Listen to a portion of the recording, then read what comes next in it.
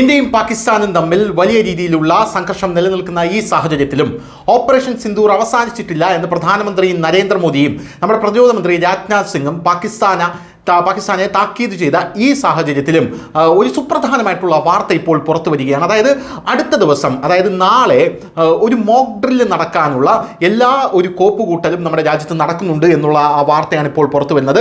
പ്രധാനമായും 4 അതിർത്തി സംസ്ഥാനങ്ങളിലാണ് ഈ മോക്ക് ഡ്രില്ല് നടക്കുക എന്നുള്ള റിപ്പോർട്ടുകളാണ് പുറത്തു വരുന്നത്. ഗുജറാത്ത്, ജമ്മു കശ്മീർ, പഞ്ചാബ്, രാജസ്ഥാൻ. നമുക്കറിയാം പാകിസ്ഥാനുമായി ഇന്ത്യ ഏറ്റുമുട്ടൽ നടത്തിയപ്പോൾ ഏറ്റവും അധികം പാകിസ്ഥാൻ ഡ്രോണുകൾ തകർത്തത് ഈ 4 സംസ്ഥാനങ്ങളിലേക്കും പാകിസ്ഥാൻ അയച്ച ഡ്രോണുകളാണ് നമ്മുടെ S-400 സുദർശൻ ചക്രം തകർത്തത് എന്നുള്ളത് നമുക്ക് എല്ലാവർക്കും അറിയാം.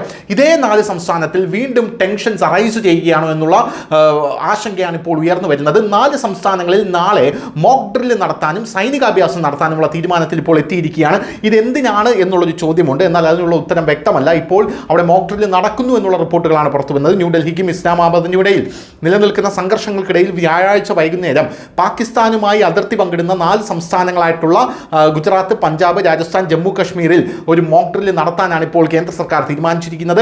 അടുത്തിടെ അവസാനിച്ച 4 ദിവസത്തെ സംഘർഷത്തിൽ അതിർത്തിക്കപ്പുറത്ത് നിന്ന് കനത്ത ആക്രമണത്തിന് വിധേയമായ സംസ്ഥാനങ്ങളിൽ ഈ മോക്ക് ഡ്രില്ല് നടക്കും. അഭ്യാസ സമയത്ത് ജനങ്ങൾ ജാഗ്രത പാലിക്കാൻ നിർദ്ദേശം നൽകുമെന്നാണ് ഇപ്പോൾ മാധ്യമങ്ങളോട് അധികൃതർ പറഞ്ഞിരിക്കുന്നത്.